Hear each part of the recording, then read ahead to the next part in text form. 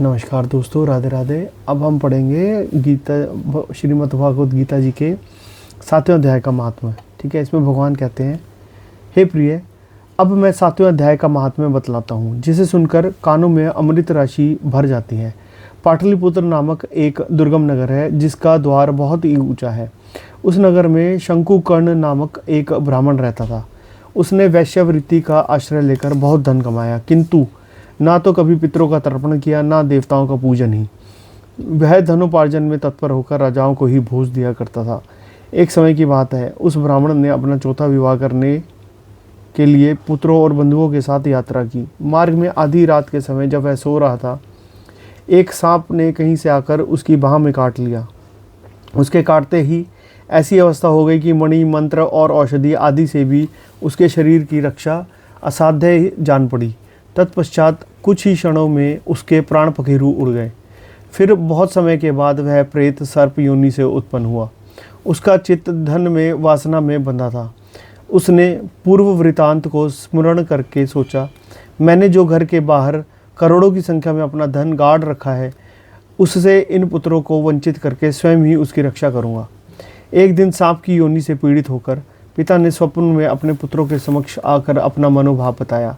तब उनके निरंकुश पुत्रों ने सवेरे उठकर बड़े विस्मय के साथ एक दूसरे को स्वप्न की बातें कहीं। उनमें से मझला पुत्र कुदाल हाथ में लिए घर से निकला और जहां उसके पिता सर्प योनि धारण करके रहते थे, उस स्थान पर गया। यद्यपि उसने धन के स्थान का ठीक ठीक पता नहीं था, तो भी उसने चिन्हों से उसका ठीक निश्चय कर लिया और लालच की बुद्धि से वहां पहुंचकर बाम्बी को खोदना आरंभ किया। बाम्बी वो होती है जहाँ पे सांप घुस के रहता है। तब उस बाम्बी से भयानक सांप प्रकट हुआ और बोला, ओ मूढ़, तू कौन है, किस लिए आया है, क्यों बिल खोद रहा है, अथवा किसने तुझे भेजा है, ये सारी बातें मेरे सामने बता। अब ये बात चल रही है वो सांप की, और सांप जो फादर था पिछले जन्म में, और जो उसका बेटा है जो अभी करंट है। ठीक है, मैं आपका पुत्र हूँ, मेरा नाम शिव है। मैं रात्रि में देखे हुए सपने से विस्मित होकर यहाँ का सुवर्ण लेने कौतूहल से आया हूँ। पुत्र की यह वाणी सुनकर वह सांप हंसता हुआ उच्च स्वर से इस प्रकार स्पष्ट वचन बोला, यदि तू मेरा पुत्र है तो मुझे शीघ्र ही बंधन से मुक्त कर। मैं पूर्व जन्म के गाड़े हुए धन के लिए सर्प योनि में उत्पन्न हुआ हूँ। पुत्र ने पूछा, पिताजी, आपकी मुक्ति कैसे होगी, इसका उपाय मुझे बताइए, क्योंकि मैं इस रात में सब लोगों को छोड़कर आपके पास आया हूँ।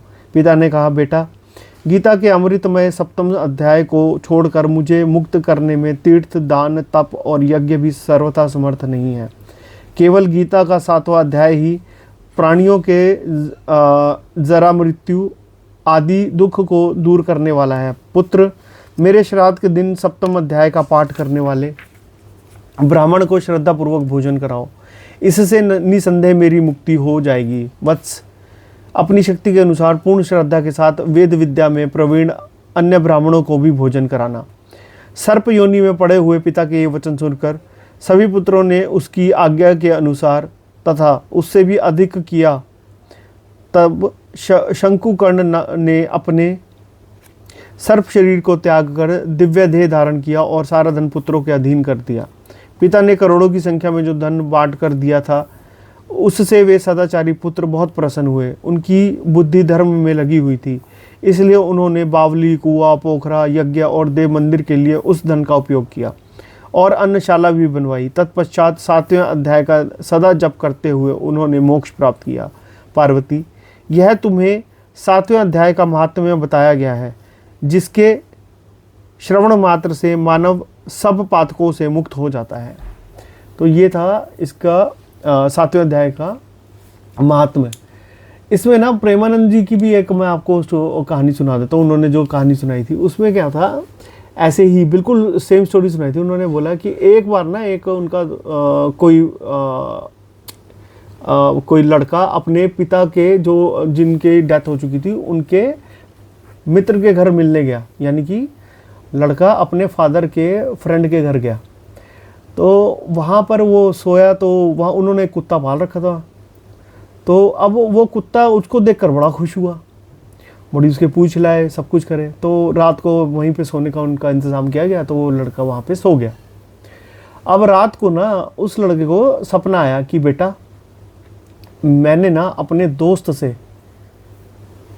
कुछ एक रकम उधार ली थी और वो उधार चुकाने से पहले मैं मर गया, तो तू एक काम कर, इनको ना इनको वो पैसे वापस कर दे, नहीं तो मैं बहुत ही बुरी योनि में हूँ। तो उसने बोला कि आप किस योनि में हो पिताजी, सपने में चल रहा है ये सब बात चल रही है। तो उसने बोला कि बेटा ये जो इनके घर में कुत्ता है ना, ये मैं ही हूँ, मैं अपना जो इनको पैसा देना था ना वो उसका मैं फ़र्ज उतार रहा हूँ, इनकी रक्षा करके, इनकी चौकीदारी करके।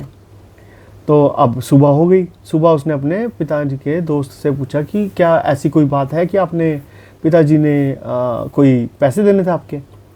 तो अब वो जो उनका दोस्त था उसने बोला, पहले तो वो बड़ा शंका में पड़ गया कि इसको कैसे पता। तो फिर उन्होंने जिद करी तो उन्होंने बताया कि हाँ जी इतना अमाउंट था। तो वो अमाउंट मैच कर गया जो उसको सपने में सुनाई दिया था। तो उसने कहा कोई बात नहीं, मैं आपको ये पैसे दे दूंगा।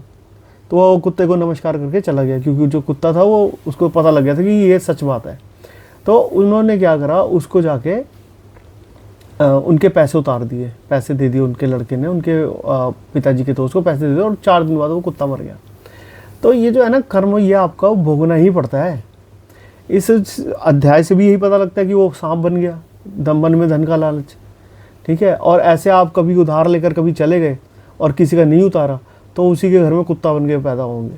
तो जो धर्म कर्म का काम है ना, ये आपको बड़ा ये ज्ञान देता है कि आपने किसी का उधार लेके नहीं जाना, जिसका पैसा देना है आज ही दे दो, कल पे ना देना, अपने लिए कुछ जोड़ना मत, क्योंकि जब आपकी आसक्ति धन में होगी ना तो आप सांप बन के पैदा होगे। तो ये हमारा जो सनातन धर्म है ना, उसमें ये बहुत ज्ञान की बात है। आपको कहीं जाना नहीं है, आपको सिर्फ ये ऐसे एक चैप्टर पढ़ लेना, आपके पितरों का तर्पण हो जाना है। तो पता नहीं कहाँ से ये बात निकल आई कि अरे आपको तो बहुत दूर किसी हिमालय पे जाना है या फिर कहीं दूर ट्रैवल करके जाना है। आप नहीं जा सकते हो ना, आप घर में बैठ के गीता का पाठ करो और आपके सारे पितर का तर्पण हो जाएगा, और आपका भी, आप जब जाओगे इस दुनिया से तो आपको भी मोक्ष मिल जाएगा। तो ये था 7वें अध्याय का महात्म्य। अब इसके बाद मैं पढ़ूंगा 7वां अध्याय। राधे राधे।